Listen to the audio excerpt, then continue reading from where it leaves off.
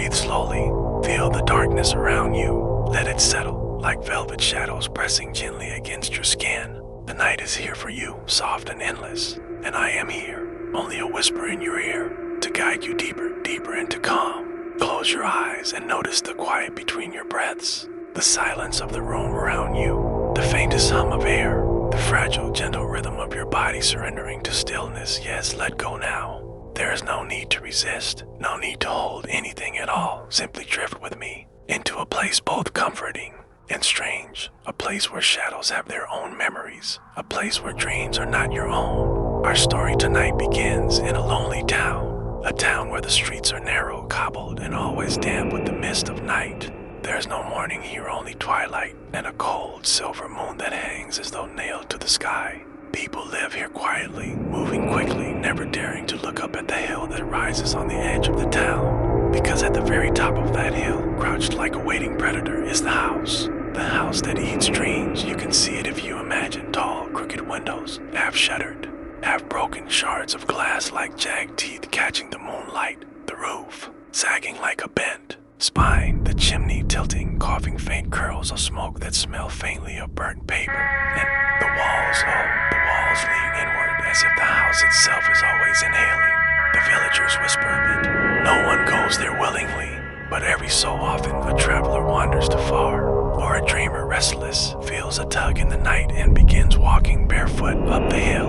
They never return the same. Some do not return at all, and so the house waits quietly, patiently, with a hunger that never sleeps. And tonight, my dear listener, you will walk with me to its door. Drift deeper. Imagine the path before you, a winding road of black soil lined with twisted trees. The branches reach overhead, interlocking, forming a tunnel of shadows. You walk slowly, your footsteps muffled, your breath a pale cloud before you. The air grows colder, the silence thicker, until even your heartbeat feels too loud. There is a gate ahead. Rusty, iron bars bent and crooked. It creaks open before you, though no hand touches it. And beyond, the house rises taller now, closer now, every shattered window staring like a watching eye. Step carefully. Path is littered with scraps, sold toys, broken shoes, torn pages of diaries that flutter in the cold wind. The house has tasted many before you. It has swallowed their laughter, their stories, their softest fears. And still, it wants more. You reach the steps. The door is not wood anymore. It is something heavier, darker, pulsing faintly like a vein beneath the skin of night. When your fingers brush the handle, it feels warm, like a body still alive. The door sighs open, and the house breathes in. Inside, the air is thick, stale, yet humming with the faintest vibration, like the low moan of a sleeping giant. Shadows coil along the walls, curling into shapes that vanish when you try to look at them. A candle burns on a crooked table, its flame twitching like a nervous eye, and the floorboards beneath your feet groan softly, as though whispering welcome. The house is alive, not in the way of wood and stone, but in the way of something deeper, older, hungrier. Every breath you take here feels stolen, borrowed from the lungs of the house itself. You climb the staircase slowly, the banister trembles beneath your hand, slick as if something had been weeping. Along it, upstairs, a hallway stretches long and endless, lined with doors. Each door wears a face, not carved, no, but pressed into the wood, as though people had leaned too long against it until their shapes were swallowed. Closed eyes, open mouths, forever frozen in the act of dreaming. Pick a door, dear listener. Yes, any door. The house does not mind. It has already chosen for you. Inside the room, a bed waits, sheets faded, smelling faintly of iron and earth. Pillow is indented as if a head still rests there, invisible. As you stand in the doorway, the candlelight flickers, and you feel so very tired. The house wants you to lie down. The house wants you to close your eyes. The house wants to taste your dreams. At first, it will be gentle. You will dream of rain, of stars, of soft hands, and familiar voices. But each night you stay, the house will take more. It will drink your colors, your laughter, your secrets. And when you wake, your eyes will be darker, emptier, as though someone else is staring out from behind them. And then comes the final night, when you no longer dream at all, because the house dreams through you. Hush now, the candle flickers lower, the sheets whisper as you sink down into them. Your breath slows, your eyelids grow heavy,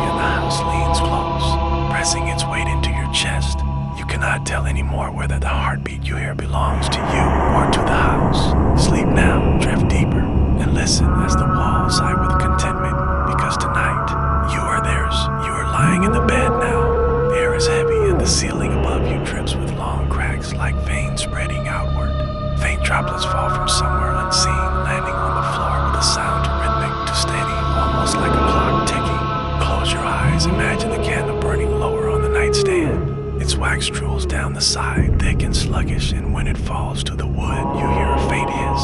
Not the hiss of melting wax, no, the hiss of a whispered word. A word you cannot understand, a word that feels like it is calling your name. The mattress beneath you sinks deeper than it should. It is soft, but not with feathers. It feels like it is stuffed with old clothing, old hair, old bones.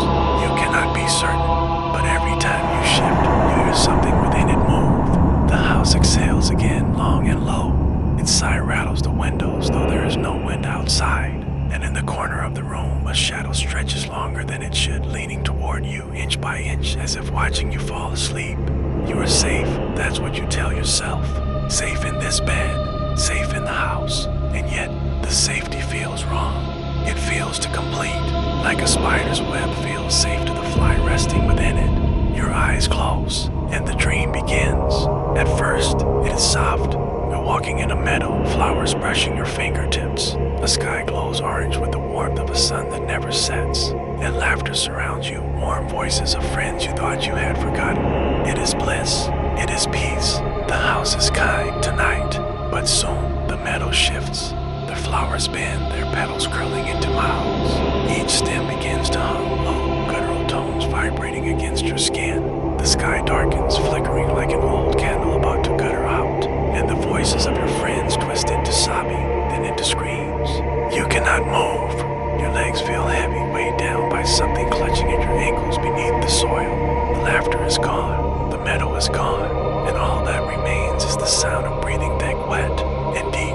The house is watching your dream now. It does not just feed, it intrudes, it shapes, it bends. In the dream, you see the outline of the house itself. It rises, towering, larger than mountains, its crooked windows glowing like hundreds of yellow eyes. And when it opens its door, you hear the sound of thousands of voices exhaling at once, like the last breath of every soul it has ever consumed. You wake, but not fully. The room around you is both real and not. Candle is still burning, but its flame is blue now, trembling, spitting sparks that crawl along the walls. The shadow in the corner is closer, so close that you can almost see fingers stretching out of it, reaching toward your chest. You cannot move. Sleep presses down on you like iron chains. Your breath catches, shallow, slow, and in your ears there is a voice softer than silk, gentler than snow. It whispers, sleep deeper. You belong to me. Your body obeys. You slip under again, falling into the second dream. This one is darker still. You are standing in a hallway of doors, the same doors you saw upstairs in the house. Each one has a face pressed into it, lips parted, eyes closed. You hear them all murmuring. Not words, not language, only the sound of restlessly, endlessly. One of the faces opens its eyes, black eyes dripping like ink down the wood. Its mouth stretches wide and cracking in the corners, and it whispers your name. The door begins to open slowly, so slowly inside you glimpse a figure on a bed. It looks like you, but older, more hollow, the skin loose, sagging, the chest barely rising with breath. You stare into your own future, the you that belongs entirely to the house. And as you step closer, the older you opens their mouth, and from it spills not a voice, not a scream, but a swarm of moths.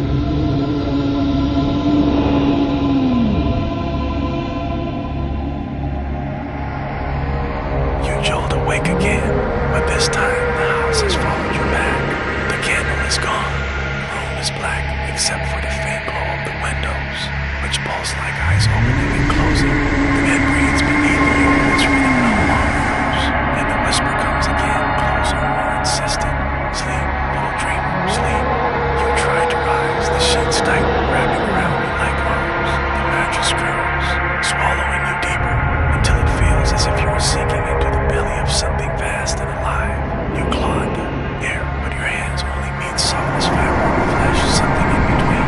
The house hums with pleasure, every wall vibrating like the purr of a predator that knows you cannot escape. And still, there is calm in it. Strange, unnatural calm. The calm of surrender, the calm of giving in, as if the house has always been yours and you always its. So, relax now, let the darkness cradle you. Let the house taste your dreams. It will be gentle tonight, only a sip, only enough to make you a little tired tomorrow. But tomorrow it will take more and more until you are nothing but a shell, an empty vessel, a dream that belongs to the house forever. Hush now, do not struggle. The house notices when you resist and it grows restless, hungry. Better to breathe slowly, gently, as though you were already asleep. Yes, just like that. The walls creak around you, stretching and sighing as if the house itself is settling deeper into its slumber. But you know, you can feel it. The house does not sleep. It only waits. It waits for you to weaken. It waits for you to surrender. Listen closely. There, beneath the groaning of wood, beneath the faint flutter of moths against the ceiling, you hear something else. A chorus, a low, steady rhythm of breathing, not just yours, no. Many, hundreds, maybe thousands of breaths, all exhaling together, all caught inside the house, each one belonging to someone who once dreamed within these walls and never left. The sound lulls. It is terrifying, yes, but there is comfort in it too, as if you are not alone, as if so many before you have already been taken and now you belong to their number. A family of dreamers, all devoured, all hollow, all resting here forever. Your eyes close again, heavy as stone, and the dream returns. This time you are not in the meadow nor in the hallway of doors. This time you are in the attic of the house. Dust swirls in the air, golden in the faint light of a cracked window. Old trunks lie scattered, broken, spilling strange belongings, dolls with eyeless faces, torn veils, shoes too small for their pairs. Everything here belonged to someone once, and the house keeps it all. In the corner, a rocking chair moves back and forth on its own. It creaks slowly, in rhythm with the breaths below. In the chair sits a figure thin, bent, wrapped in a blanket that seems more like stretched skin than cloth. Its head turns toward you, and though you cannot see its face, you know it has no face at all. It raises one trembling hand, bony fingers pointing to a mirror standing tall against the wall. The mirror is cracked, its surface rippling like water. When you step closer, you see yourself reflected there, but something is wrong. The reflection smiles when you do not. Its eyes are wide, hollow, filled with black light that pulses faintly. It leans forward, pressing its hands against the glass, and whispers something you cannot hear. But the sound vibrates in your chest, deep and dreadful, until you realize it is not trying to speak. It is trying to breathe through you. The faceless figure in the rocking chair tilts its head, and you feel a tug, sharp and sudden, pulling you toward the mirror. Your chest tightens as if your very breath is being drawn out of you, pulled across the glass into the waiting reflection. You wake, gasping, trembling, but the room is not as you left it. The bed is gone, the candle gone, the window bricked over. You are lying instead on a cold stone floor, surrounded by shapes in the dark. You listen, the shapes breathe, slowly, softly, in unison. When your eyes adjust, you see them. Dozens of people lying in neat rows, eyes closed, chests rising faintly, but they are not asleep, not truly. Their mouths hang slightly open, and from each a faint silver mist rises upward, drifting toward the ceiling, where it vanishes into cracks in the wood. The house is feeding on their dreams. And now, on yours, one of the dreamers stirs. A woman, pale and fragile, her hair spread like spider silk across the floor. Her eyes flick open, but there is nothing in them. No pupils, no whites, only endless black like twin holes carved into her skull. Her lips part, and in a voice not hers, the house whispers, "Lie back down, sleep. Give yourself to me." You try to stand, but your legs are heavy, weak. The air is thick, syrupy, pulling you back to the ground. As you collapse once more among the dreamers, you realize your breath is leaving you too. Pale mist slipping from your mouth, drifting upward, joining theirs. You reach to grab it, to hold it back, but it is not yours anymore. It belongs to the house. The walls throb alive as if laughing at your effort, and from above, you hear a sound like claws dragging across the beams. Slow, deliberate scratches circling the room, tightening, waiting. And yet, there is peace in it. The longer you lie there, the more you understand why none of the dreamers scream, why none of them fight. It is easier this way, to close your eyes, to let the house take what it wants, to become part of something larger, older, eternal. Your eyelids droop again, the scratching fades, breathing blends into a soft lullaby, and you surrender, falling once more into the dream. This time, you are outside the house, standing at the gate, looking up at its towering, crooked shape. But you are not alone. Hundreds of others stand with you faceless, silent, each holding their own shadow in their hands. And together, in perfect unison, you begin walking toward the door. The house sighs content. It has you now. It has always had you. You move with them now. All those hollow, faceless dreamers, their footsteps soundless, their shadows dragging behind them like chains. The gate creaks shut, sealing the hill, sealing the house, sealing you inside. The door opens before you without touch. Its hinges groan, a low and aching sound, almost like an old throat clearing itself. The air that escapes is not air at all, but the stale breath of centuries, carrying with it the faintest scent of mildew, ashes, and something sweeter, something rotten. Step forward. There is no turning back. The house pulls you gently across its threshold, and the moment your foot touches its floor, you feel it, a pulse, a faint vibration beneath the wood. The heartbeat of the house. It welcomes you. You are certain of it, not in words, but in sensation, a creeping warmth that slides up your spine, curling into your skull. It whispers without sound, sleep here, dream here, become mine. The others scatter into rooms, each vanishing through their chosen doors. But you, dear listener, you hesitate. For a moment, the candlelight in the hall flickers, and you swear one of the shadows on the wall is not yours. It lingers even when you stand still. It waves slowly. The house notices. It nudges you forward, steering you toward the stairs. Every step groans under your weight, though you feel lighter now, less tethered, as though the house has already eaten part of you. At the top, the hallway stretches impossibly far, lined with those familiar doors. Faces pressed into them, eyes closed, mouths open as if sighing, and tonight they sigh your name. All of them, whispering it in unison, a lullaby of dread. You touch one door. The wood is warm beneath your palm, almost feverish. The face carved into it shifts, eyelids fluttering open to reveal eyes that glow faintly like embers. Its lips part, and it exhales a hot breath that smells of smoke and iron. The door swings open. Inside, the room is not like the others. It is small, square, with no window. Only a single chair sits in the center, and in the chair, another version of you, identical, but thinner, paler, eyes bruised and sunken. It looks up when you enter, and in a voice that is both yours and not, it whispers, I gave it everything, and still, it wants more. The duplicate lifts a hand, revealing its wrist. There is no flesh, only hollow bone, the marrow scooped clean. It smiles, teeth too sharp, too many. Don't fight it. Fighting only makes it hungrier. The air thickens, pressing down on you, and you stumble back into the hallway. The door slams shut behind you, rattling the floorboards, and the faces on the other doors are laughing now, mouths stretching too wide, too wet. Their laughter is soft, broken, like children trying to mimic joy but failing. You run, or try to. The hallway bends and twists, stretching longer, the walls closing in. Candles dim one by one, until the only light is the faint blue glow of the house's windows outside. The floor dips, then rises as though the house itself is breathing harder, faster. Excited by your fear, you stop that there is nowhere else to go. And then you see it, a door at the very end of the hall, larger than the rest, its surface cracked, bleeding black tar that drips and pools at your feet. The house wants you to open it. It has always wanted you to open it. Your hand trembles as you touch the handle. It is slick, wet, and pulses under your grip, beating in time with your own heart. The door groans open, and behind it is the dreaming room, a cavernous space far larger than a house could ever contain. The ceiling arches into darkness to hide to see. Dozens, no, hundreds of beds line the floor, each holding a dreamer. Men, women, children, strangers, and familiar faces alike.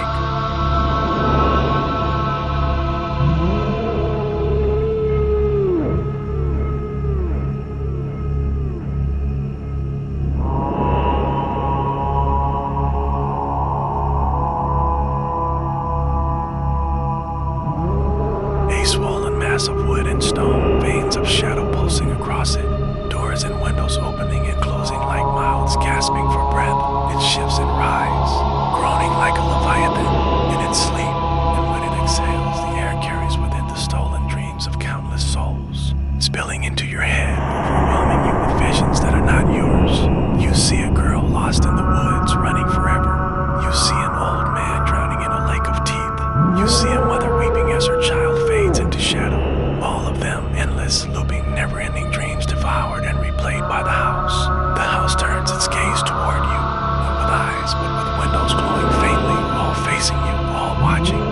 the silence of your mind, it whispers, lie down. Add your dream to mine, you fall to your knees. The floor pulses beneath you, warm and alive. Your body is heavy, your eyelids too weak to lift. And though terror grips you, though every fiber of your soul screams to resist, a strange calm spreads through your veins. Because it is easier to sleep, easier to give it, easier to let the house consume you. You are not the first, you will not be the last, and in time you may even forget you were ever separate from the house at all. The house has you now, its breath is in your lungs, its pulse beats inside your chest, but it does not devour all at once. No, that would be too merciful. It savors, not it lulls.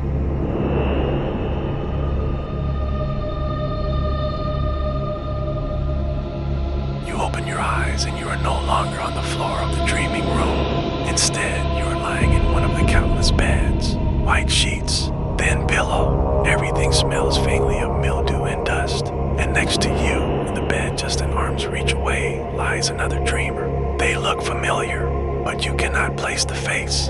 Their skin is gray, lips cracked, chest rising and falling in shallow, uneven breaths. You notice their eyes are sewn shut. Thin black thread holds the eyelids together, and each stitch twitches whenever the dreamer shudders in their sleep. You lean closer, almost against your will, and from the tiny gap between the stitches, something moves. Not an eye, not flesh, but tiny pale fingers wriggling, pushing outward, straining against the threads, little hands too small to belong to any human, clawing and scraping to get free. The dreamer moans, low and broken, but never wakes. The sight makes you recoil. As you do, the dreamer's lips part slightly. From their mouth escapes a thin stream of smoke. It drifts toward you, curling around your face, slipping into your nose, your mouth, your ears. And suddenly, you hear them. Their dream. Voice endless and hollow, whispering, I'm still inside. I'm still inside. And the house won't let me out. You sit up in the bed. The dreaming room stretches around you in silence. Hundreds of sleepers. Hundreds of stolen dreams. But now you see what you could not before, shadows standing at the foot of each bed. They are tall, thin, impossibly black, like ink dripping upward into the air. Each one bends, leaning over its dreamer, fingers pressed against their chest as if siphoning the dreams directly into themselves. And yet, when you blink, they are gone. The shadows retreat into the corners, into the cracks, into the ceiling beams. But you know they are still watching, always watching. You rise, unsteady, your legs heavy like stone. The floor beneath you is warm to warm like skin fevered with sickness. You stagger to the center of the room, where the house's vast body shifts and groans. Its windows blink like eyes, opening and shutting in strange rhythms. One of its doors just one swings open for you. Inside is no room, no walls, no floor. Only a staircase that spirals down and down and down. The air from within is cold, damp, and smells of earth freshly dug. You descend, each step creaks, and with each creak you hear faint echoes of voices. Some whisper, some scream, some sing lullabies out of tune, but all of them pull at you, tugging at your mind, urging you further down. At last, the staircase ends, you step into darkness, and then, faintly, a light appears, not candlelight, not fire, but a pale green glow, as though the air itself is curdled. It illuminates a cavern beneath the house. Roots hang from the ceiling like veins, dripping with black liquid. The ground is soft, pulsing faintly with each drop that hits it. And in the center of this underground chamber is a pool. The water is still, too still. Its surface is a mirror, reflecting not you, but the house itself. And in that reflection, the house is not wood and stone. It is flesh, it is muscle and veins and bone twisted into impossible shapes. Its windows are not windows, but open eyes. Its doors are mouths. Its roof is a skull cracked open, forever grinning. And then the water ripples. Something beneath it moves. A hand rises from the depths. It is pale, bloated, and dripping with mud. The fingernails are long, black and curling like claws, and it rests on the edge of the pool. Another hand follows, and slowly, something begins to pull itself upward. You want to run, you want to scream, but your body is not yours. The house holds you still. It wants you to see, it wants you to know. The figure that emerges is neither man nor woman, neither young nor old. It shifts constantly, flesh melting and reforming, features twisting into faces you almost recognize. The old man from your childhood, the girl who used to stand at your window, The mother who wept in the dreams, all of them, one after another, fused together, endless. Its head tilts toward you, and when it speaks, the voice is every voice you've ever heard. I am the first dream the house ever ate, and the last one it will ever keep. Its mouth opens wider and wider until it splits its face in two, and from within you see the beds, all of them, dreamers lying still, all swallowed, all within it, trapped forever. The pool begins to bubble, the chamber shakes, roots drip faster, bleeding black ichor that hisses when it touches the glowing water, and the figure climbs fully from the pool, towering, skin peeling away in strips to reveal shadow writhing beneath. It leans down, inches from your face. You feel its breath cold, heavy, reeking of rot, and in that moment you know the truth. The house does not merely eat dreams, it breeds them. It multiplies them, and one day, when it has eaten enough, it will wake. The cavern quakes. The figure reaches out. Its hand brushes your cheek, leaving a smear of black tar that burns like fire. You collapse, writhing, but silent, for your voice has been stolen. Your dreams have been stolen. Your soul has been stolen. And as your vision fades, you hear the house whisper once more, calm, patient, infinite, sleep now. Dream now, become mine. The last thing you remember is the burning touch of that shifting figure, and then silence. Not the silence of peace, not the silence of comfort, but a suffocating stillness, like being buried beneath the earth, like being sealed inside a coffin where even your heartbeat dares not echo. And then breath, yours, but not your own. It is steady, mechanical, as if someone else is pulling the air through your lungs, dot in, dot out, dot in, dot out. You open your eyes. The ceiling above you is low, cracked, its plaster sagging with mold. Candlelight flickers in a circle around your body. You are lying on a narrow stone slab.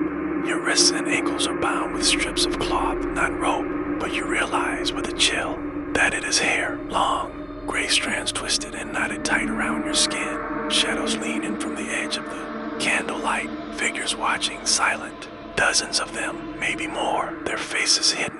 Their outlines distorted as if seen through warped glass. When you focus, they vanish, fading into the dark. When you look away, they draw closer, crowding just beyond the firelight. A voice whispers, not from the shadows, from beneath you, from within the stone slab itself. You are inside me now, and I am inside you. The slab trembles. You feel a pulse through it, rhythmic, wet, and slow, like a giant heart beating beneath your back. And with every pulse, you see images, not your memories, not your dreams, but the houses. A child's laughter echoing through empty corridors, a mother's lullaby drowned out by screams, wedding feast where all the guests wear veils of bone, and a long procession of dreamers marching into the house one by one, never leaving. You close your eyes, trying to block it out, but the house presses harder. It wants you to see everything. It wants you to carry its memories inside you, to become one of its many faces. The candle nearest to your head sputters. Its flame bends, pulled by a draft that should not exist. And in that flickering moment, you see them, figures crawling across the ceiling, dozens of them. Their limbs bent backward, their mouths open but silent, drool dripping onto the floor. Their eyes glow faintly, reflecting the candlelight like animals in the dark. They crawl in circles endlessly, round the chamber as though tracing symbols in the air with their bodies. One stops. It turns its head, snapping its neck with a wet crack, and it looks directly at you. Its lips move, but the words come from beneath your slab. You will be a dream. You will be eaten. You will be born again inside the house. The hair around your wrist tightens, cutting into your skin. Your blood runs warm, dripping onto the stone. The slab drinks it in. Candle flames rise higher, hungrier, burning green. You feel yourself drifting again. Not into sleep, but into the house's dream. A place deeper than the cavern, deeper than the roots, deeper than the pool. A place at the core of the house, where all things are swallowed and remade. You walk through a hallway that should not exist. The walls breathe, their wallpaper peeling in and out with each inhale. Floor slants downward, dragging you forward, though you cannot feel your feet move. And ahead, a door. It is tall, black, carved with symbols that shimmer faintly like stars. The handle is bone, and as you touch it, your blood still on your fingers, the symbols ignite.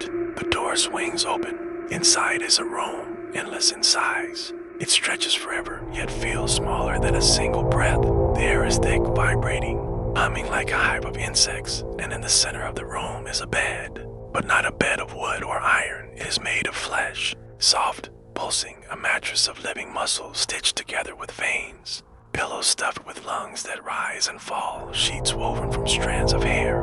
The bed shivers, eager, waiting, and lying on it is you, or rather, another version of you, pale, hollow-eyed, your chest rising and falling in slow, stolen breaths. This other you opens their eyes empty, glassy, reflecting only the house. They smile faintly, and their lips part with a whisper. Rest now. You'll feel nothing. The house will dream for you. You reach out instinctively, but your hand passes through them like smoke. And yet, the moment you touch, you feel a piece of yourself pulled free, a thread. Invisible, but undeniable. It unravels from your chest, tugged toward the version of you on the bed. They inhale, and the thread sinks into their mouth, vanishing down their throat. You stumble back, gasping, but more threads spill out. One from your heart, one from your mind, one from the deepest part of your soul, all unraveling, feeding into the dreamer that wears your face. And then, the bed begins to whisper. Not words, not language, but soft, soothing murmurs that stroke your mind, lull you into surrender. It whispers in rhythm with your unraveling dot and dot out, dot and dot out, until all you want is to lie down, sink into the mattress, and let it consume you completely. The dreamer that is not you reaches out a hand. Their smile is patient, tender, like a parent soothing a child. But their eyes are black holes, and from their throat, beneath the sweetness, you hear the house's voice. Eternal and calm, sleep now, sleep forever. Dream for me, you feel the pull of the bed.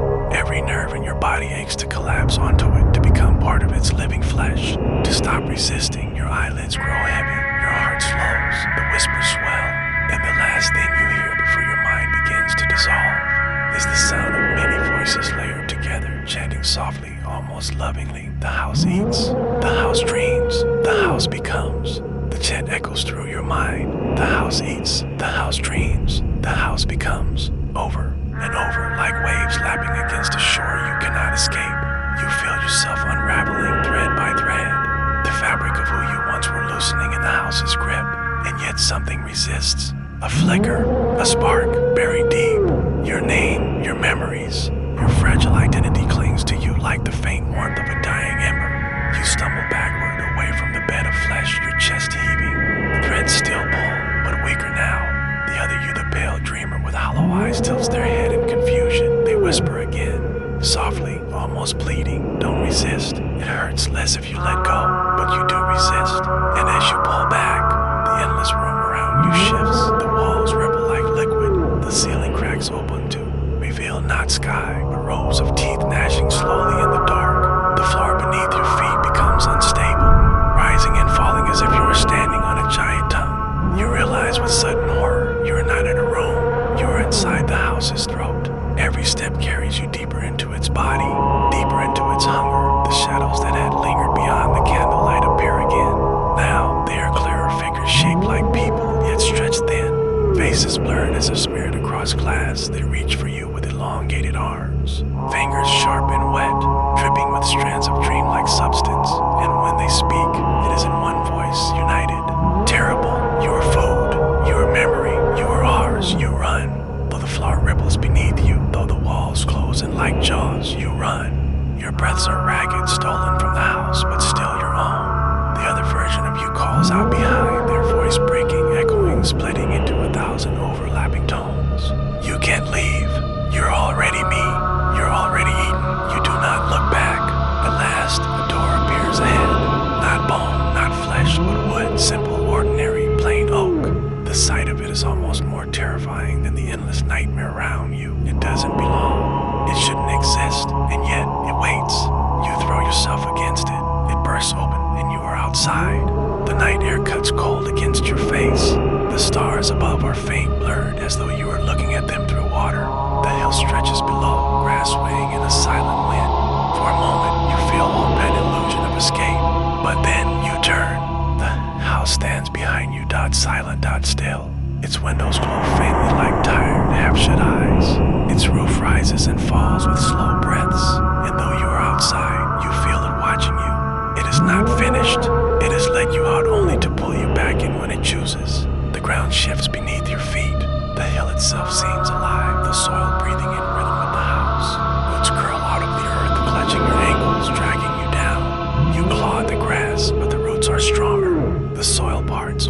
like a mouth, and once again you are swallowed. You fall, not into dirt, but into a void of endless whispers, falling, weightless, timeless, as the voices rise all around you, voices of children, lovers, strangers, all bound together in one eternal choir. They do not cry for help, they do not scream, they only whisper the same lullaby.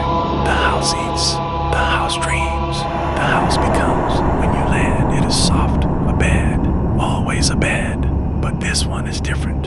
It is not made of flesh, nor hair, nor bone. It is made of feathers, white, delicate, and clean. For a moment, it feels safe. For a moment, it feels gentle. You sink into it, your body exhausted, trembling. The feathers embrace you like a cocoon, soft and weightless. Your eyes close, your breathing steadies, but then you hear it. The faint scratching beneath the feathers, something writhing, something alive. The bed trembles. The feathers part, and beneath them, you glimpse tiny shapes, dozens, maybe hundreds, not insects, not rats, but miniature versions of yourself. Each one is pale, hollow-eyed, their mouths sewn shut with black thread. They reach toward you, clawing, grasping, their little hands desperate to pull you under the feathers with them.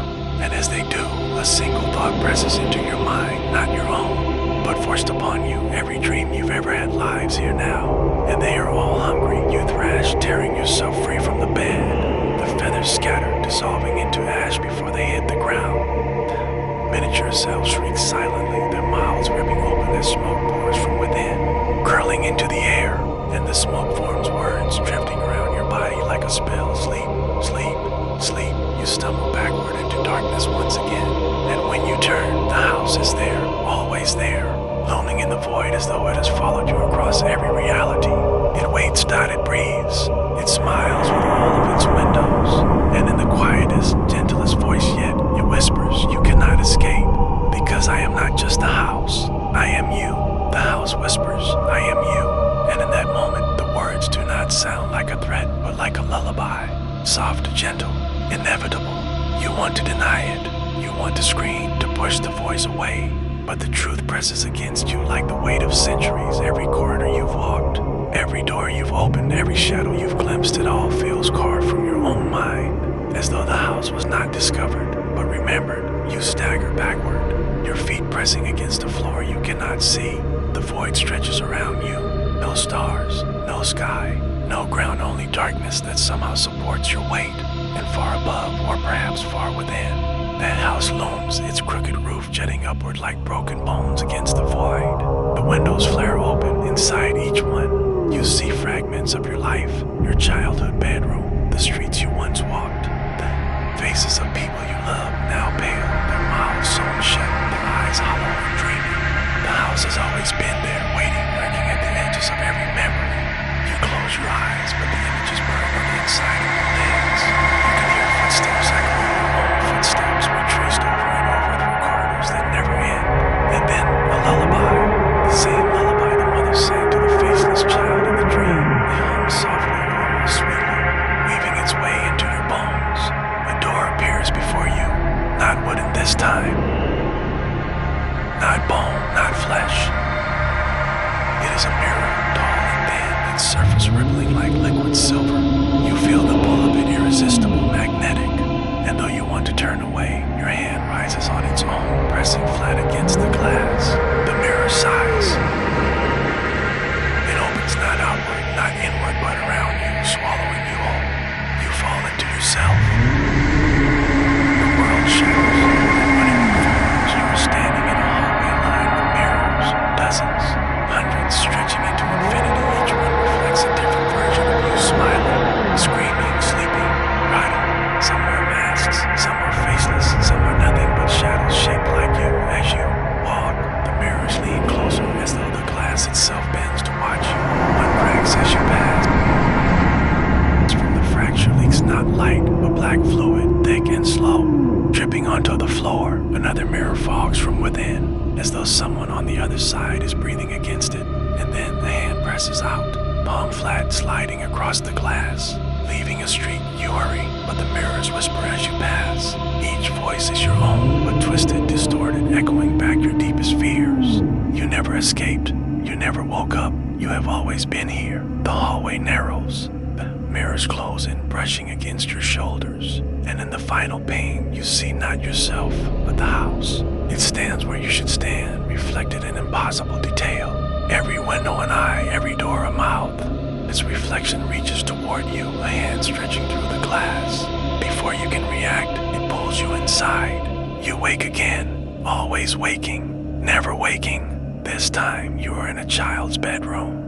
The wallpaper is faded, patterned with dancing bears and moons. The floor is covered with toys, wooden blocks, a doll missing its eyes, a rocking horse that creaks though no one touches it. On the bed lies a small figure, a child. They are turned away from you, their shoulders rising and falling in restless sleep. You step closer. The doll on the floor shifts its head to follow you, though its own mouth never parts. The rocking horse begins to move, slowly at first, then faster, its creak blending with the rhythm of your heart. You reach the bed.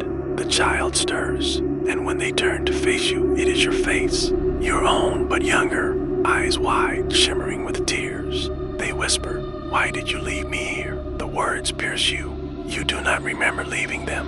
You do not remember being them. But the truth settles heavy in your chest. The house has kept every version of you, trapped in endless rooms, endless beds, endless dreams. You are not the first. You are not the last. You are only one of many selves devoured by its hunger. The child reaches out, tiny hand trembling. You hesitate, but you take it. And the moment your fingers touch, your vision fractures. You see the house again, towering above all worlds, not a place but a being, vast and eternal. It eats not because it must, but because it is the only way it can live. And you and everyone before you are its eternal meal. The child's voice echoes inside your skull, layered now with the house's own whisper. Sleep, Dot, sleep, sleep. The toys on the floor rise, weightless, circling you like a slow orbit. The doll's mouth tears open, stitches snapping, releasing a scream muffled for decades. The rocking horse buckles and breaks, its wooden legs twisting into claws. The blocks tumble, rearranging themselves into words that spell one command: stay. The walls closing, the wallpaper peels away, revealing raw muscle beneath. The ceiling drips with saliva. The bed becomes a coffin, its sheets folding tightly around your legs, your arms, your chest. The child lies down beside you, their face pressed against yours. And when they speak, it is not their voice, but the voice of every dream you have ever lost. The house eats, the house dreams. The house becomes, you can't breathe. The coffin bed tightens around you, each fold of fabric drawing closer, constricting your chest, pressing the air from your lungs. The child beside you does not struggle. They smile faintly, eyes glassy, as though they have accepted what you cannot. The house hums. Its lullaby grows louder, not sung with words, but with the groaning of beams, the cracking of walls, the hollow sigh of doors swinging open and shut. It is a lullaby of collapse, of hunger, of eternity. Your vision dims, not because of sleep, but because the house is closing your eyes for you. You realize dimly that it doesn't just eat dreams, it makes them, then forces you to live them until you cannot tell the difference between dream and truth. Your exhaustion is not from restlessness. It is from being lived by something else. You claw at the sheets. Your nails scrape wood, but the coffin only deepens, swallowing you further, the child's hand still clutched in yours. When you try to scream, dust fills your throat, and then silence. The coffin cracks open, not outward, but upward. You rise not with your own strength, but with the house's pull. The ceiling parts, like torn paper. Above you is not sky, but another room. You emerge into it like an insect through a hole, dragging yourself into the light. The room is a kitchen, or at least it once was. The air smells of rust and mold. Counters sag beneath the weight of dust. A stove sits crooked, its door hanging open like a slack mouth. On the table is a feast of rotting food, crawling with worms and flies, though not a sound comes from them, only silence, as though even decay has learned to whisper here. Chairs are pulled out as if unseen guests once sat. Cups remain full, but with liquid black as tar. You step closer and the table groans. On the plates are not meat or bread, but dreams. You see them clearly. Visions of people laughing, crying, walking in fields, holding children. Whole lives steaming faintly as though freshly cooked. Each dream writhes, flickers, and dies slowly as though suffocated under your gaze. The child sits at the table now. They eat with small bites. their jaw working mechanically, tears dripping down their cheeks though they never pause. With each bite, they grow thinner as though feeding themselves empties them. They glance at you. Their lips move, but no sound comes, just a faint echo of your own voice whispering, "Eat, or you will starve." You look down. Before you lies a plate, and on it is your dream. It is the one you had as a child, running through fields of tall grass, the sunlight warm, the air sweet, your parents calling you inside for supper, their laughter bright and alive. A dream you thought you had forgotten, a dream that feels so distant, so impossible now. It lies on the plate, steaming, waiting. The house waits with it. You shake your head. You cannot eat it. It feels like sacrilege. But the child continues to chew, growing paler with every bite. You know that if you refuse, the house will take it anyway and leave you hollow. Perhaps this is mercy. Perhaps this is the only way. Your hands move before your mind decides. You take the dream in your fingers. It is soft, warm, like bread soaked in sunlight. You raise it to your lips. First bite fills your mouth with sweetness and ash. It tastes of joy and grief together. It tastes of memory dissolving, never to return. And as you swallow, the warmth inside you fades. The dream dies. You eat again and again. And with every bite, you feel lighter, not comforted, not full empty. The house swallows through you, draining you from the inside out. When the plate is clean, the child smiles faintly. They mouth the words, "Now you belong." The kitchen walls tremble, the cupboards rattle, the stove door slams shut with a metallic scream, and suddenly the room tilts. The entire house groans as though it is shifting, turning itself inside out. The table slides, the chairs topple. You cling to the edge, but the wood splits beneath your grip. You fall, not downward, not upward, but sideways into another room entirely. You land on a staircase long, endless. Each step creaks under your weight. You glance behind you, but the bottom is swallowed in black. You glance above, but the top is lost in mist. Something moves on the stairs, not footsteps, not shapes, just breathing, slow, heavy, close to your ear. Though no one is beside you, when you turn, you see nothing. But the breath continues, brushing cold against your neck. You climb, step after step. The breathing grows louder. Soon it is not one breath, but many dozens, hundreds, all exhaling in rhythm, as though the house itself is alive and panting. Your legs ache, your lungs burn, but the staircase does not end. Then a door appears, crooked, splintered, set into the wall of the stairwell. It has no handle, only a knothole in the center, shaped like an eye. You press your face close. On the other side, you see yourself, not now. Not as you are, but older, your face lying, your eyes tired, your hands trembling. You are sitting at a table, whispering the story of the house to no one, telling it again and again, voice breaking, tears sliding down your cheeks. You realize you are feeding the house, not with dreams, but with the story itself. The telling is the eating. The older version of you looks up. Their lips move, and though you cannot hear, you know exactly what they are saying. You never leave. The door vanishes. The stairs shift beneath you, and you are falling once more.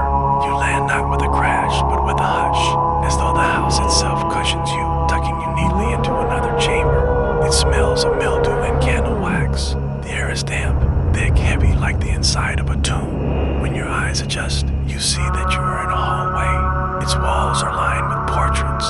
Each frame is crooked, dust-eaten, their canvas is faded. You step closer. First portrait shows a man, tall and stern, with eyes so dark they look hollow. His painted gaze follows you as you move. The second portrait is a woman, lips curled and a smile too wide. Her teeth faintly sharp even though the artist's strokes are clumsy. The third is a child, head tilted, mouth open as though caught mid-scream. You move on. Portrait after portrait, the faces grow stranger. Some are blurred as if the paint itself has melted. Others are painted with claw marks across their faces. One frame is empty, its glass cracked, as though whatever was inside escaped. And then you see yourself. Your portrait is not painted, but moving like a window rather than a canvas. You stare at your own eyes, shifting as you tilt your head, mirroring your every move perfectly. It is not a reflection, you can feel it. That you in the frame is someone else trapped there, begging silently to be let out. You hear faint knocking. It comes not from the hallway, but from inside the walls, behind the frames. Knuckles tapping, fingers scraping, mouths whispering. You lean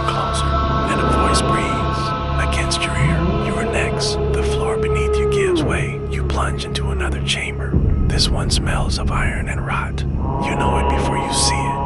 It is the basement. Chains hang from the ceiling, rusty swaying though there is no breeze.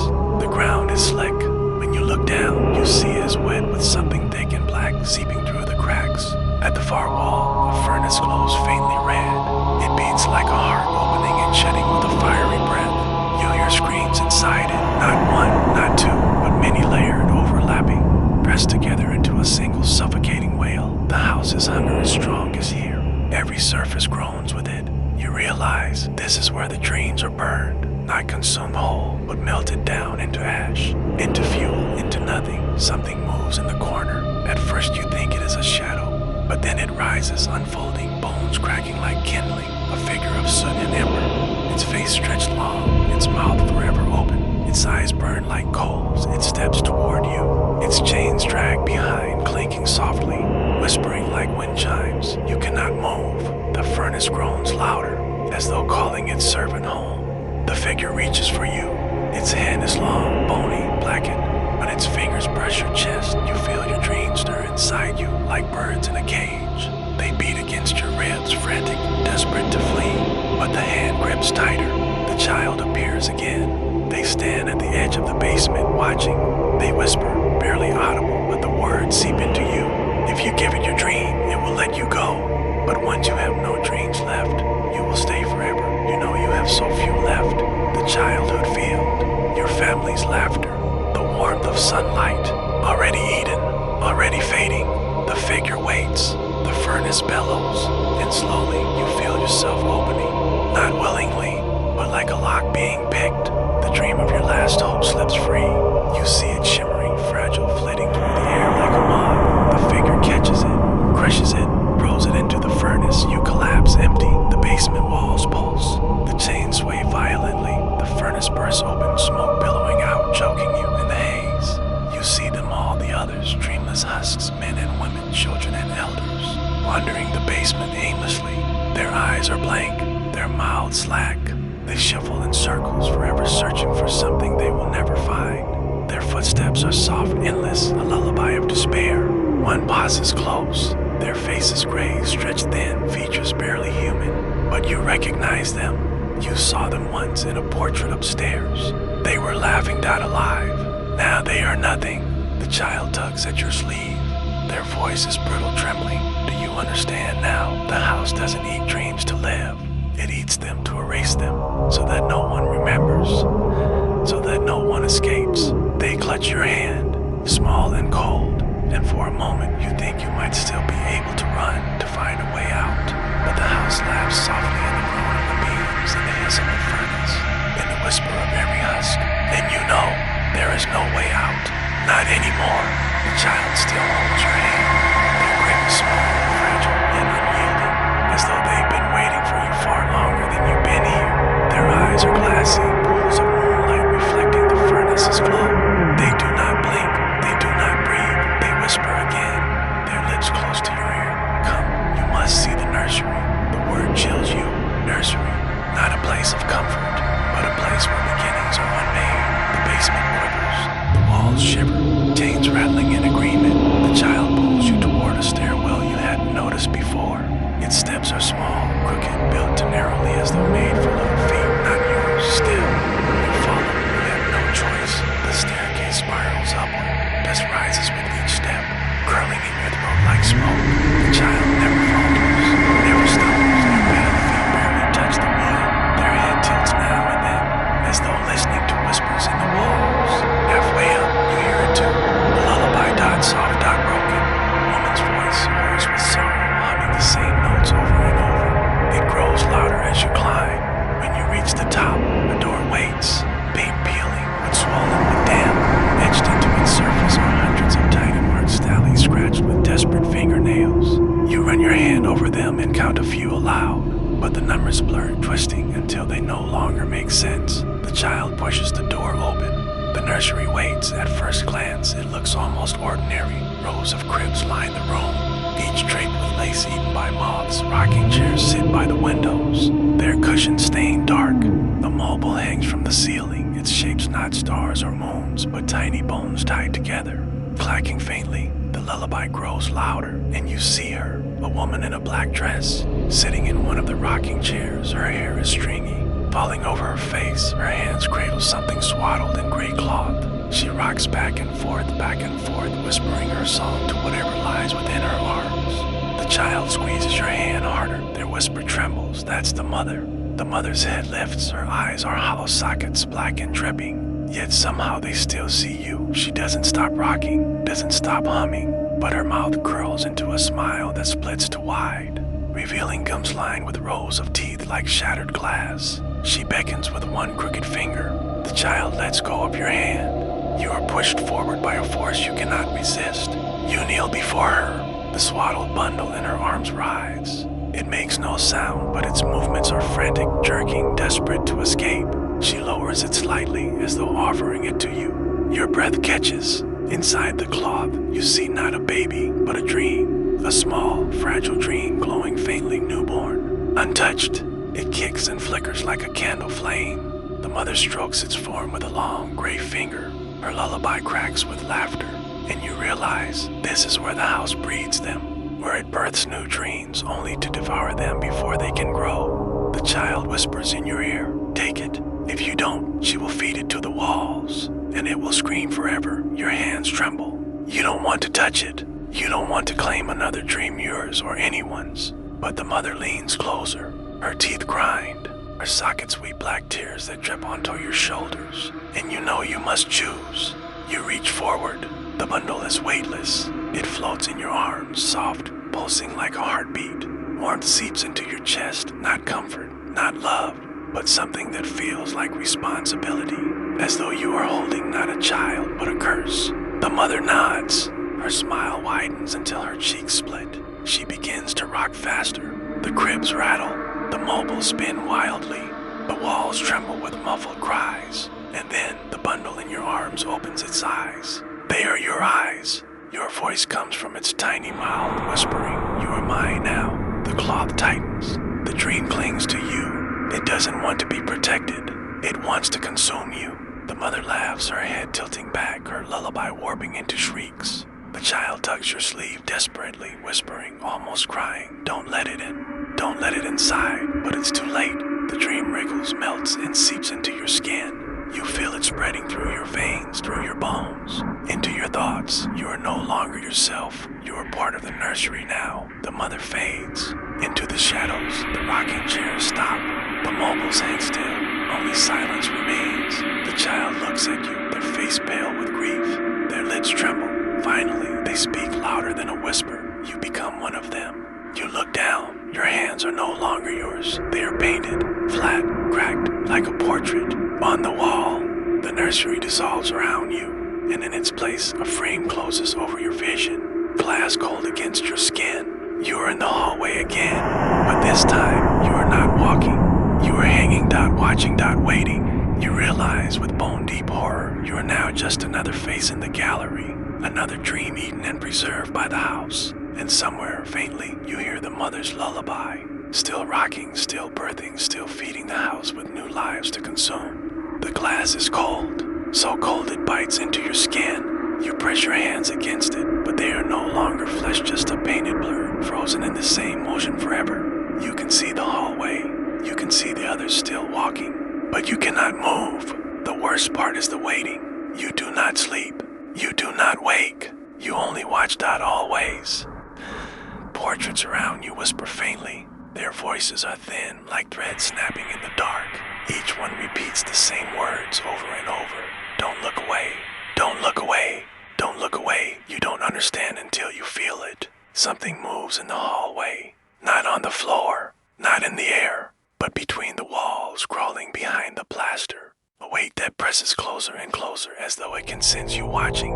If you look away, if you let your painted eyes falter for even a second, you know it will slip through the glass and take you. So you stare, and stare, and stare. Hours, days, or years' time means nothing here. The thing behind the wall scratches closer. It whispers with a voice made of stone grinding against stone. Close your eyes just once, and I will let you rest, but you cannot. You know rest is worse. You know what happens to those who close their eyes. Then something changes. The child appears again. But this time they are inside the frame with you. They look the same, pale and classy, their tiny hand reaching for yours. Their voice is softer now, nearly breaking. I told you not to let it in. Now it's inside you. Now it's too late. You try to speak, but no sound comes. The child tilts their head, listening as if they hear what you cannot say. They nod slowly. Yes, you want to escape, but don't you understand? There is no outside. There never was. Their words sink like needles into your chest. No outside.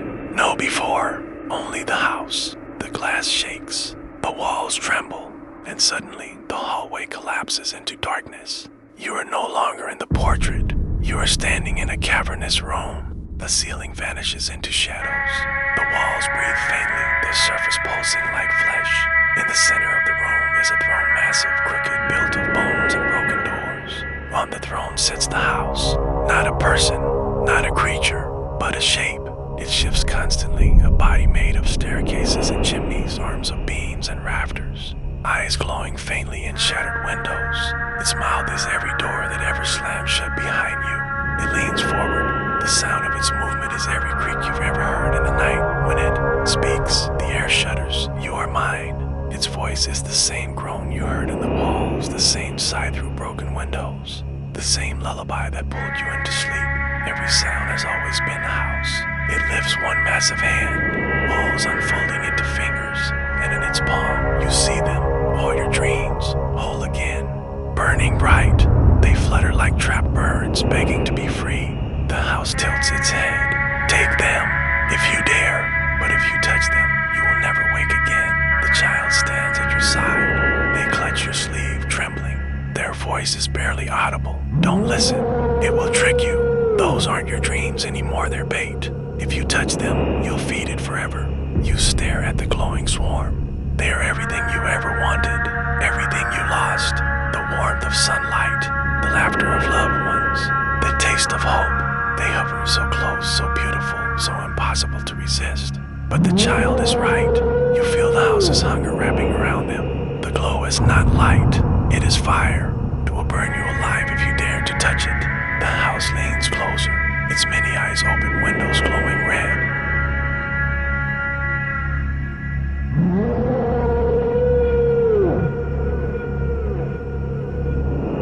Don't, please, if you do, you'll never leave. You stand between hunger and emptiness, between the promise of everything you love and the truth of nothing at all. And then, the house does something worse. It smiles. Its crooked rafters twist upward. Its walls split into a grin. And in that grin, you see the truth. Every step, every room, every shadow. It was never a prison. It was a mouth. You are standing inside its stomach.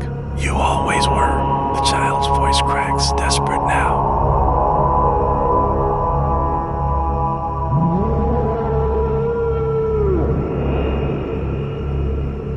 No window, only the endless, shifting body of the house. You realize the only escape is not to flee, but to be forgotten, to let yourself fade like the others, to become nothing. The child's small hand clutches yours tighter. You can feel their trembling, though you're not sure if the trembling belongs to them or to you.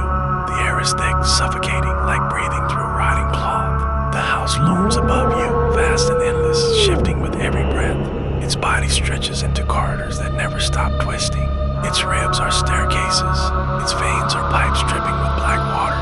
Its voice echoes through every board, every crack. There's no leaving. There's only feeding. The dreams in its hand flutter wildly, glowing brighter, trying to escape the cage of bone fingers. Their light washes over you, warm and cruel, filling your mind with unbearable longing. You see your past life again, fragments of a morning sun across your window. A voice calling your name. The shape of someone you loved. It is all there, so close, almost within reach. But when you step forward, the glow flickers and the visions distort. The laughter turns into screams. The warmth twists into fire. The face of the one you loved melts into a gaping mouth filled with splintered teeth. The child yanks your sleeve hard, snapping you back. Their voice cracks, barely more than a whimper. Don't look too long. That's how it eats. It makes you want and want until you can't stop. The house rises from its throne of bones and broken doors. Its walls shudder, its many windows blink. You hear locks turning, bolts snapping shut, doors slamming in rhythm like a heartbeat. And then silence is worse than the voice. It is so heavy, so absolute, that even your own breath feels wrong, like it shouldn't exist here.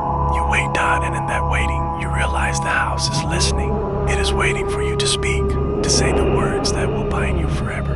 The child shakes their head, whispering urgently, don't talk to it, don't answer its questions. That's how it keeps you. Once you've given your voice, you'll never have it back. But you feel the weight of the silence pressing into your skull. It is unbearable. It makes your thoughts louder, screaming inside your mind until you want to break the silence just to end it. That is the trap. You understand too late. The house tilts its head. The beams creak. The floors bend. Its voice is softer now, sliding under your skin like oil. Tell me your name, just your name, and I will give you back one dream. You feel it, the pull. Your own name rising in your throat like bile. It burns to be spoken. Your lips twitch. The silence is unbearable. The child digs their nails into your hand, whispering, don't. If you say it, it will own you. Names are the only thing it can't take unless you give them away. Your chest heaves. You bite down on your tongue until you taste iron. You force the words back, but in your hesitation, the house laughs. It is a sound like collapsing walls, like doors slamming in unison. The entire chamber shakes. Dust rains from the ceiling. You stumble, nearly falling into the shifting ground. The house leans closer, its many miles grinning, its windows glowing red. Very well. If you will not give me your name, then I will show you what you are without it. The floor splits open. You fall down not through air, not through darkness, but through memories. They peel away from you like pages torn from a book. The morning sun gone, the laughter gone, the face you love gone. You fall deeper and deeper until there is nothing left but emptiness. You are not a person anymore. You are hollow, a vessel. The house hisses through the dark. See, without your name, you are mine already. You hit the ground hard. Your vision fractures, shards of glass cutting through your mind. You are in another corridor, narrow, endless. The wallpaper peels like dead skin. The air reeks of mold. And on both sides of the hall, portraits line the walls. You know what they are before you even look. You feel them staring at you. You feel their despair pressing against your bones. Each portrait holds a figure. Some you almost recognize, faces blurred by time, warped by fear. Others are strangers, their painted eyes wide with silent screams. They watch you, and as you pass, they begin to whisper, stay with us, you'll never leave. We are all you will ever be. Their voices crawl inside your skull, scratching, begging, pulling. Your legs weaken, your chest tightens. The child appears again at your side, pulling you forward. Their eyes are wide, their breath shallow. Don't stop. Whatever you do, don't stop walking. If you stop, it takes you. That's how they ended up here. You glance at the portraits again, and that's when you see it. One of them, one in the middle of the hall, looks exactly like you. The painted figure stares at you, eyes full of panic, mouth open in a scream you can't hear. Its hands press against the glass, mirroring your own movements. It is trapped out forever, and in that instant, you realize the truth. You're already in the portrait. You always were. The hallway bends. The whispers grow louder. The house breathes. And the child says, almost quietly to you, this is where the end begins. The portrait that wears your face watches with a terror you cannot unsee. Its painted mouth quivers as though it wants to speak, but no sound comes. You realize the silence in its throat is the same silence the house tried to press upon you earlier. It is not just a prison of paint, it is a prison of silence. The child tugs your sleeve, pulling you faster down the hall.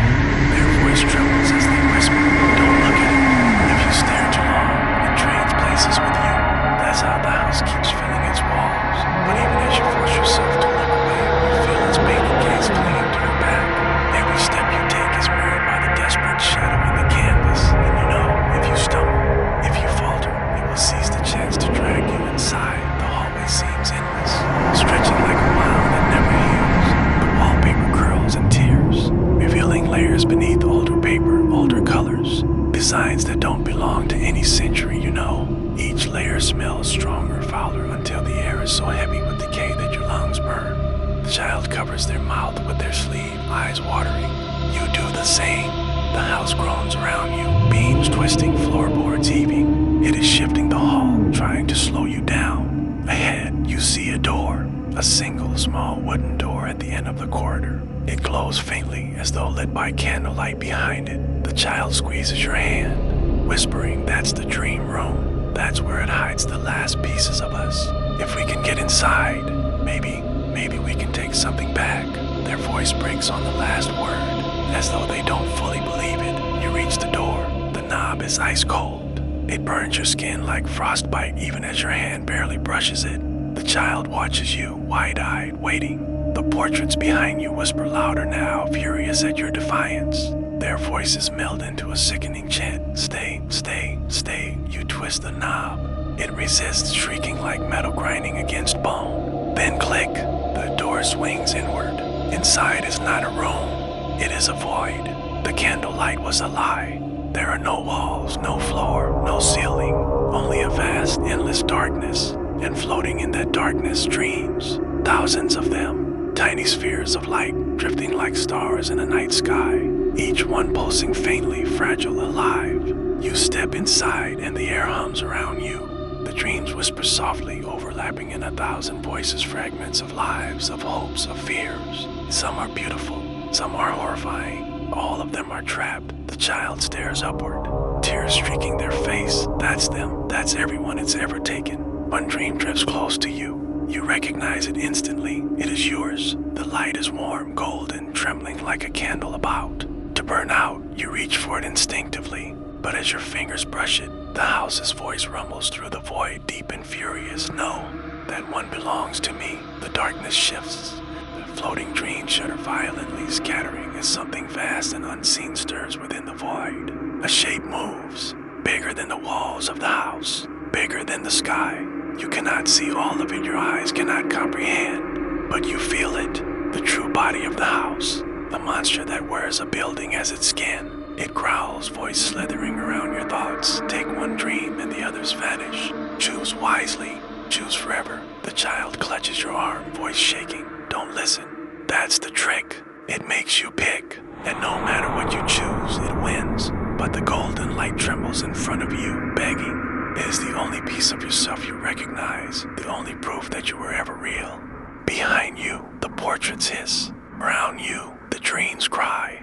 Above you, the house waits. The silence returns heavier than ever. Your throat aches with the need to speak, to scream, to claim what is yours. And just as you reach for the dream, the child whispers something that freezes your hand. If you take it, I disappear. You turn. Their eyes shine in the faint glow. Their small faces calm now, almost resigned. What the house left behind when it ate your first dream, not the piece of you it made to keep you here. If you take your dream back, I won't exist anymore. The golden light flickers, waiting for you. The void trembles. The house breathes. You understand the horror now. It isn't just asking you to choose between dreams. It is asking you to choose between yourself and the only companion you have left in this nightmare. The child's hand slips from yours. They step back slowly, giving you space. Their voice is barely audible, softer than the hum of the dreams. It's all right. You should take it. That's what you came here for, isn't it? The house leans closer, the void folding inward like a great lung. Its voice is eager, dripping with hunger. Choose, now. The golden light hovers before you. The child waits in the shadows, and the portraits whisper, louder than ever. Stay, stay, stay. The golden light trembles in front of you, glowing softly like a fragile heart. It hums in rhythm with your breath, pulling you closer, whispering promises of warmth, safety, and memory. You know it is yours, it always has been, and yet, behind you, the child waits. Their small frame almost swallowed by the darkness, their eyes reflect the glow, but their face is shadowed with sorrow. The void itself quivers. The house's voice rumbles from all directions. Oily and patient, the choice is simple. Take the dream or lose yourself forever. The portraits hiss in the walls you cannot see. Their whispers slithering like snakes. Stay, stay, stay. The silence presses against your throat again, urging you to speak, to decide. You reach out, your hand trembling. The golden light pulses, brighter, warmer, like it is calling you by name without sound. For a moment, the emptiness inside you feels almost full again. But then, the child whispers, "If you take it, I'll be gone. I was born from what the house stole. I only exist because your dream was devoured.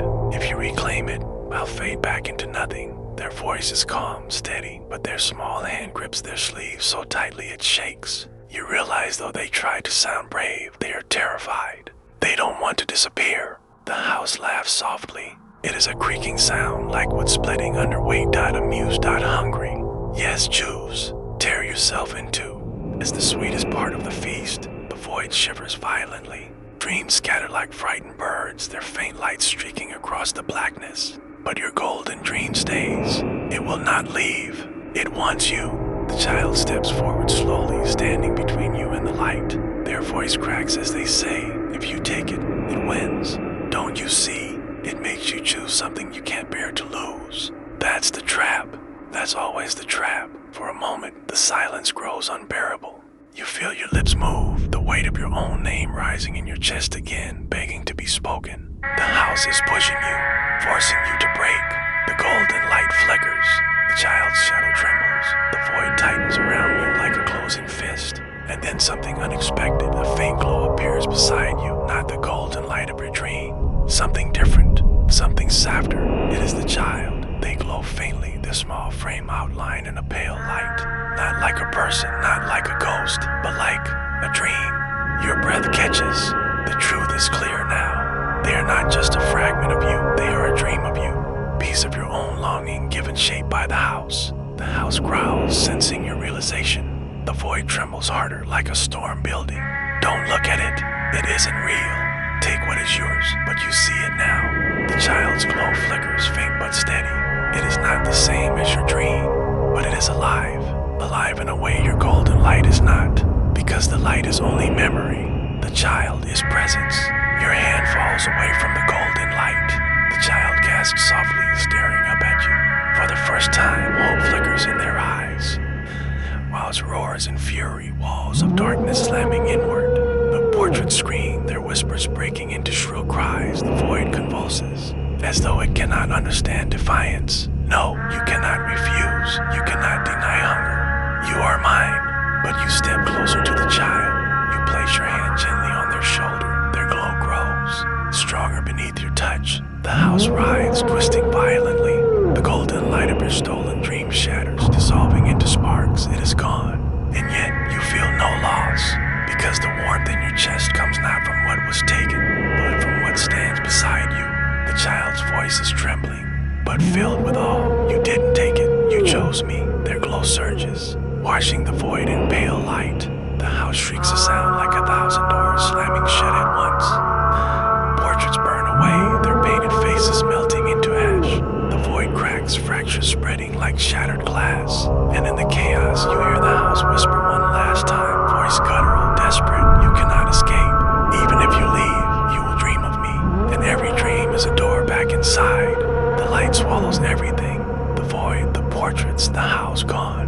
You awaken lying on a wooden floor. Cold air brushes your face. Moonlight filters through shattered windows. You are back in the house on the hill. The child lies beside you, glowing faintly still. Their small chest rising and falling with steady breaths. They are real. They are here. The house is silent, but in that silence, you hear its promise. One day, when you close your eyes, it will come again. Because the house that eats dreams is never truly gone. It waits. Always. The moonlight spills across the dusty floorboards, cold and silver. You lie there, breath shallow, as if the house has drained every ounce of strength from your bones. Yet beside you, the child stirs. Their glow is dimmer now, but steady, as though they are anchored more firmly to this world. The silence of the house presses down upon you, not the suffocating silence of before, but something new. Awaiting silence, as though it has stepped back into the shadows, watching, biding its time. The child sits up slowly, their small hand brushing the cracked wood. Their voice is quiet, a whisper trembling like leaves in the wind. We're not free. Not really. The house doesn't let anyone go. It only lets you think you've left, until it wants you again. You close your eyes, and in the darkness, you feel it. Faint echo of the house breathing, slow and patient in the corners of your mind. You rise to your feet. The air is sharp, biting at your skin as though winter has crept inside. The room looks different now, less twisted, less impossible, but still wrong. The wallpaper hangs in strips like flayed skin. The ceiling sags with damp rot. The windows rattle with every gust of wind, though they are shut tight.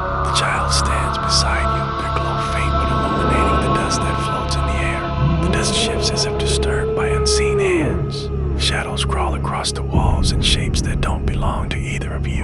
The house is still here, always here. You walk together through the ruined halls. The floors creak. Every step feels like walking across ribs that might snap and pull you under. The child speaks again, almost to themselves. We didn't escape, we just chose differently. And now, the house will wait until we're tired, until we're dreaming again. Their glow flickers, dimmer for just a moment, then steadies.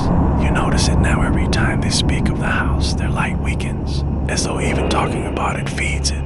You place a hand on their shoulder gently. They lean against you, exhausted, small, and you realize you are carrying them forward as much as they are guiding you. The halls open into a great chamber. It is the entrance hall of the house, the very first room you saw when you stepped across the threshold. The grand staircase looms, broken and splintered. The chandelier hangs by a single rusted chain, swaying though no wind touches it. The front doors stand closed, tall and imposing. They are so close, and yet you know the truth. The house never lets anyone leave through the front doors. The doors are not an escape, they are a lure. The child clings tighter to your hand, whispering, it wants you to try. It wants you to hope, because the moment you believe you're free, that's when it takes the rest of you. The chandelier creaks, its chain groans. Dust drifts down like falling ash, and then slowly the chandelier turns. Its crystals clink together, jimming softly. The sound is almost like laughter. The house is awake again. The portraits on the walls begin to shift. Their painted eyes roll in their sockets, following your every movement. Their mouths stretch open wider and wider until the frames splinter and crack. Silent screams spill from them, mouths moving with no sound escaping. The silence grows unbearable. It claws at your ears, at your chest, at your thoughts. The need to break it, to speak, to shout, to call out burns like fire inside you. The child presses a finger to their lips. Their glow flares for a moment, pushing the silence back just enough. Their whisper brushes your ear like a trembling breath. Don't give it your voice, not now, not ever. You step closer to the front doors. They tower above you, blackwood veined with cracks like lightning frozen in time. The handles glint faintly, cold metal that promises freedom. You reach out. The child squeezes your hand desperately. No, if you open them, you'll never stop falling. That's where it keeps the ones who want it too much. They're still falling, always falling. You pull your hand back, trembling. The doors seem to breathe. They're wood pulsing faintly. They are alive. They are hungry. The house waits. Its patience is infinite. The child pulls you toward the side of the chamber. There, almost hidden in the shadows, is a narrow stairway leading down. The steps vanish into darkness. Their voice quivers as they explain. The way out isn't through doors. It's through the cracks, the places where the house hasn't finished building itself yet. But those places, they're worse because the house defends them. You look into the darkness of the stairway. It breathes. The air is colder than the rest of the house, as though you are staring into the grave. You hesitate, and in that hesitation, you hear it again. The house whispering deep and hollow, crawling up through the floorboards. You will never leave. You are mine.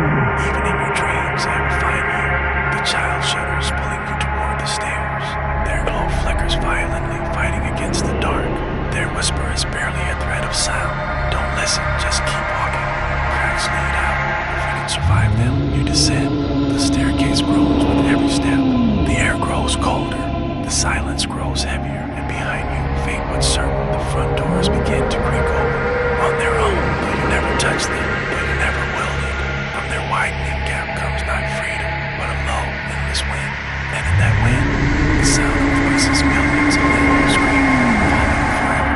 The house laughs, a sound so low and vast, it rattles through your bones. The child pulls you faster down into the dark, their glow the only thing keeping you from being swallowed up. And still, in the back of your mind, you hear it whisper softer than ever, more intimate than breath. You will dream of me again. And when you do, the doors will open. The stairs spiral downward, narrow and steep.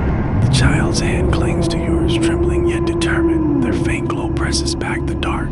But the blackness here feels thicker, heavier, like water that refuses to let light through. Every step moans underfoot, echoing in ways that do not match your movements. The sound repeats, delayed, as though something else is descending alongside you, just out of sight. The child whispers, soft as a shiver. This is where it hides its roots. The cracks lead to places the house hasn't finished, places where it's still growing. But the roots don't like to be seen. They protect themselves. The air sharpens with a metallic tang like rusted iron mixed with blood. It stings the back of your throat. You breathe shallowly, afraid of what else the air might hold. At last, the stairs end. You step into a cavernous space, vast and pulsing, as though the house's belly has been split open. The walls here are not wood or stone. They are something raw, something alive. They throb faintly, slick and damp, like the inside of a body. Pale roots twist across the walls, thick as tree trunks dripping with black fluid that hisses when it touches the floor. The air hums with a low vibration, a sound that seems to come from the roots themselves. The child presses close, voice quaking. Don't touch them. They remember every dream they've swallowed. If they touch you, they'll fill you with all of it at once. Every nightmare, every terror. You won't survive it. You nod, keeping your distance. But the roots seem to move as you walk, curling toward you, sensing your warmth, your presence. Like serpents eager to coil, the cavern stretches on, and ahead you see it. A fissure, a long, jagged crack in the wall. Through it seeps a pale silver light, not the glow of the child, not the hunger of the house. Something different, something outside. Your chest tightens at the sight. The way out, the crack. The child's glow flickers, weaker now. They stumble slightly and you steady them. Their voice is fragile, like a flame nearly gone. It knows we found it. It'll try to stop us. The closer we get, the harder it fights. And as though summoned by the words, the cavern groans. The roots writhe violently, slamming against the walls, the floor, the ceiling. They thrash like a nest of serpents awaken. From the shadows, something begins to emerge. It is not a root, it is not a wall. It is something shaped from both, a creature. It drags itself forward, massive and twisted, built from writhing tendrils of root and dripping boards of rotted wood. Its body is a mess of beams and veins. Its face is shattered doorframe with a black void where its mouth should be. The child gasps, clutching your arm, a keeper. The house made it to guard the cracks. You can't fight it, you can only survive it. The keeper lurches forward, roots snapping and curling with every step. Its mouthless face tilts, and from its void seeps a soundless scream that rattles the walls. The silence is back thicker than ever. Your ears ache, your head pounds. You want to scream, to break it, to do anything to make it stop. The child's glow falters. Their lips tremble as they whisper. Don't speak, don't scream, run, you run. The roots crash down around you, slamming into the ground, tearing splinters and stone. The keeper follows, impossibly fast for its size, its tendrils scraping, reaching, grasping. The fissure glows, brighter ahead, silver and sharp, the promise of escape. But the path narrows, roots weaving. Across it like a closing net, the child's glow sputters, flickering like a candle in the wind. They stumble, nearly falling, but you pull them along, heart pounding, every step closer. The fissure grows, the silver light spilling wider. The keeper roars again in silence.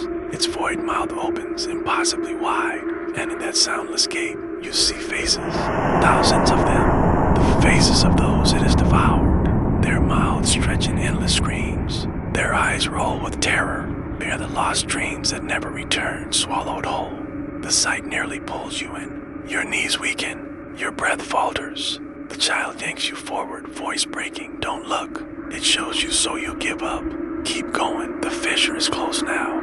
So close you can almost feel the silver light on your skin. It hums with something different, something the house cannot mimic. Freedom, or at least something beyond this place. The keeper shrieks without sound, tendrils striking down just behind you. The ground splinters, roots clawing upward like skeletal hands. You leap over them, pulling the child with you. Their glow is almost gone now, just a faint shimmer in the dark. Their small body trembles in your grip. If I fade before we reach it, they whisper, barely audible. Don't stop, Dot, just go. Please, you shake your head violently. You will not leave them, Dot, not now. Not after everything. The fissure looms. The light is blinding. The keeper's shadow falls over you, vast and crushing. And as you reach the crack, you realize the house is forcing you to make another choice. Step through the fissure and leave the child behind. Or stay, hold them, and be consumed. The silence claws at your throat. The keeper's void mouth yawns wide. The fissure pulses. The child weeps, and you stand on the edge of escape, with the house waiting, hungry, certain that one way or another, it wins. The silver fissure hums like a heartbeat, steady, beckoning. The child clings to your arm, their glow now no more than a trembling ember. Behind you, the keeper towers, its vast frame blotting out the cavern. Its tendrils scrape the floor, walls, and ceiling, filling the space with writhing menace. The silence is unbearable. Your skull feels as though it might split under the pressure. Every instinct screams at you to run forward, to hurl yourself into the crack of light and be free. But the child's small, shaking hand is still in yours.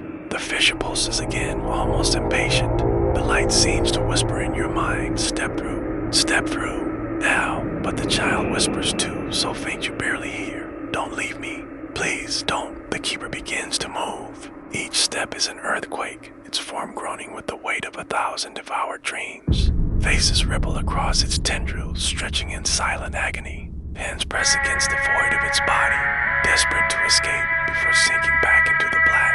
The fissure widens slightly, as though sensing the keeper's approach. Its silver glow streams across the floor like water, forming a path that leads right to your feet. The light touches your skin, and for an instant you feel nothing. No hunger, no silence, no house. Just peace. The temptation nearly overwhelms you. One more step, and you could be free. But the child, their glow flickers again. You see their face now, pale, drained, with deep shadows under their eyes. They look older than before, as though the house is pulling the years from them. Their lips tremble as they whisper, if you let go, I'll stay here forever. The house will finish me. I'll be just another dream inside it. You'll be safe, but I'll never wake again. Your grip tightens around their hand. The house, clever as ever, has sharpened its trap into a blade. One life for another, one step for escape, or both consumed together. The keeper's tendrils slam down. The ground shakes violently. The fissure quivers as though it fears being sealed away. The child gasps, their glow dimming to a faint shimmer. They stumble, nearly falling into the dark. You catch them, pulling them against your chest. They are feather light now, almost weightless, like they're already fading. Their eyes lift to yours, wide and desperate. Decide, please, decide before I'm gone. You look into the fissure. The silver light pours outward, warm, almost divine. It whispers of freedom, of waking, of life untouched by the house's hunger. You imagine stepping through, feeling the cold cavern vanish behind you. You imagine air, stars, a world that isn't pulsing with nightmare. But then you look at the child, and you see what the house has done to them. A soul broken, hollowed, used as a candle to light the way for others. They never asked for this. They were just caught. Like you, the house would feed forever if no one stopped it. And maybe this fissure isn't just escape.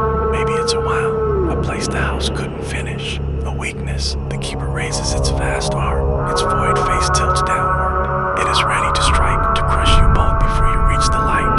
The child's glow flickers one last time. Their eyes close, their breath stutters. And in that moment, you understand. This isn't about choosing, it's about giving. You kneel beside the fissure, holding the child tight. Your voice is steady now, even in the silence. A whisper, a promise. I won't leave you, not to this place, not to its hunger. The child stirs faintly, barely conscious, their lips forming the softest word together. And then you step forward, not into the fissure, but with it. The silver light erupts as you press yourself and the child against the crack. It shreds around you, slicing the roots, searing the cavern. The keeper shrieks in voiceless rage, staggering backward, tendrils thrashing wildly. Fissure splits wider, the light pouring through like a flood. It envelops you both, pulling, drawing, dragging. The house convulses, its walls split open. The silence shatters into 1,000 screams. And in the midst of it, you feel the child's glow surge again, not dim, not fading, but burning bright, brighter than ever. Their voice echoes inside the light, no longer weak, no longer trembling. The house doesn't end unless someone stays. But you don't have to. You try to hold tighter, but their form is already unraveling in your arms, becoming part of the silver glow. You scream their name though you never knew it. The keeper lunges, but the fissure swallows you first. The world turns white. The cavern vanishes. The house howls in fury. And then darkness. Soft, silent darkness. When you open your eyes, you are lying in your own bed. Moonlight spills gently across the sheets. The air is still, cool, calm, no roots. No hunger, no house. But you feel it, somewhere deep inside, a warmth, a glow. The echo of the child's light, hidden within your chest. And for the first time in what feels like eternity, you sleep. The night is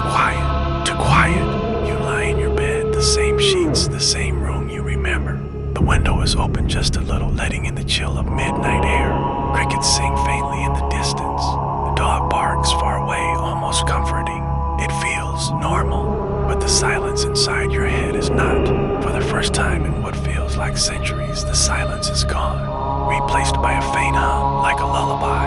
The glow inside your chest still flickers, steady and warm. The child's light, a piece of them that crossed with you. You close your eyes, letting the hum wash through your body. Your breathing slows. Sleep should come easily now. But behind your eyelids, the shadows twitch. You drift, uncertain if you're awake or dreaming. The moonlight shifts across the room, stretching to far, reaching toward the corners. The shadows of the furniture lean at strange angles. The hum in your chest grows louder, and then you hear it tap, tap, tap. From the wall, 3 knocks, soft but deliberate.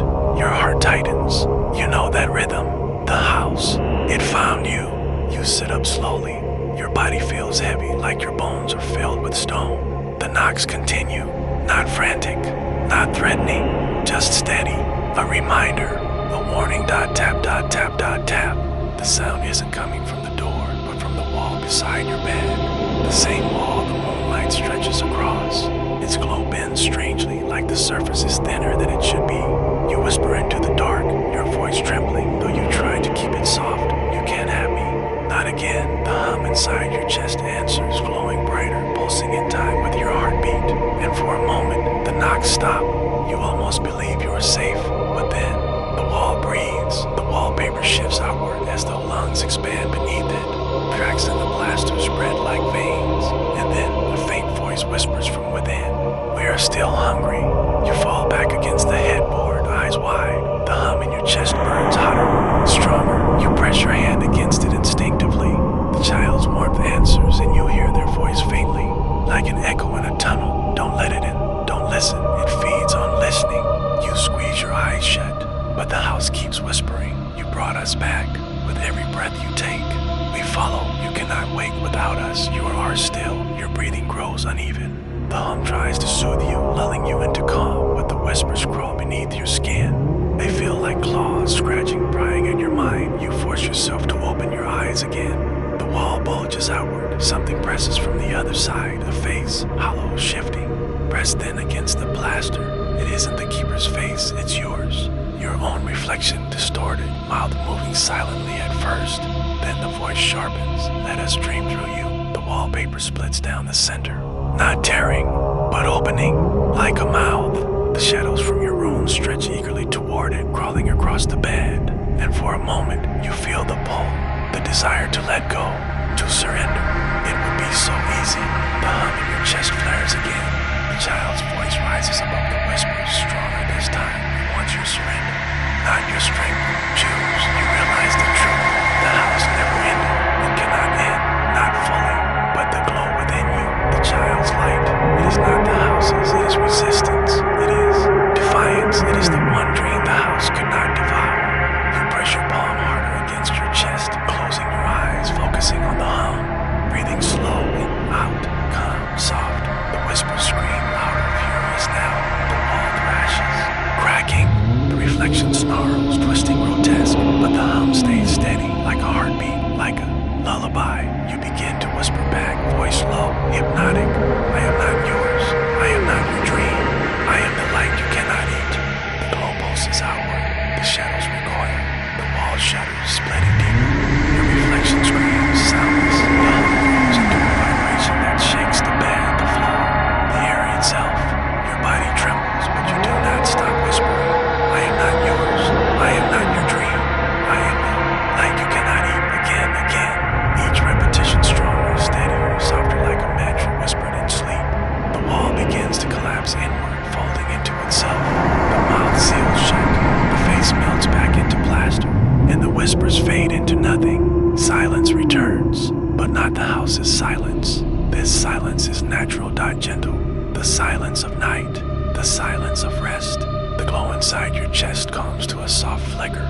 You breathe easily now, your body loosening into the sheets. The moonlight falls across your face, cool and pale. You whisper one last word, more to yourself than anything else, safe. And for the first time in a very, very long time, you drift into sleep.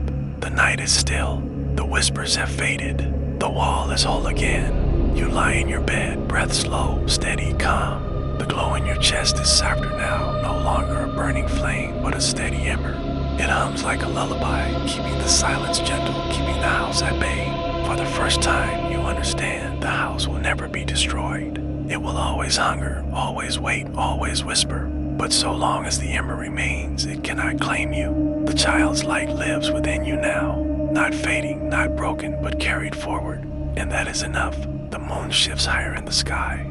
Your eyelids grow heavy, the shadows in the corners of your room stretch and curl. But they no longer frighten you, they are only shadows now. You exhale slowly, sinking deeper into the mattress. The hum in your chest matches your heartbeat. Each breath pulls you further from fear, further from hunger, further from the house. The dreams that come will be your own, not stolen, not swallowed, but yours. As you drift into that sleep, one last thought flickers through your mind. The house will always be waiting, but you will always carry the light. The keeper is far away, the whispers are silenced, and the child is at peace, glowing softly in the quiet of your heart. You are safe, you are calm, you are free. Your support is the strength of the channel. A subscription, like, and comment are very important. The night is calm, the moon is silver. You sleep peacefully, the glow in your chest humming like a lullaby. Your dreams are your own, filled with gentle images. Fields, skies, stars that stretch forever. The house is gone, the hunger silenced, but far away, at the edge of the dark woods, on the hill where no one dares to go, the house still stands. Its windows are hollow eyes, its roof sags like a broken crown, and inside the silence breathes. The door creaks softly, opening though no wind moves it. The floorboards groan, though no one walks there, and in the stillness, a sound begins. Tap, tap, tap, a knock, gentle, patient, waiting for the next dreamer who dares to listen. The house still eats, it always will.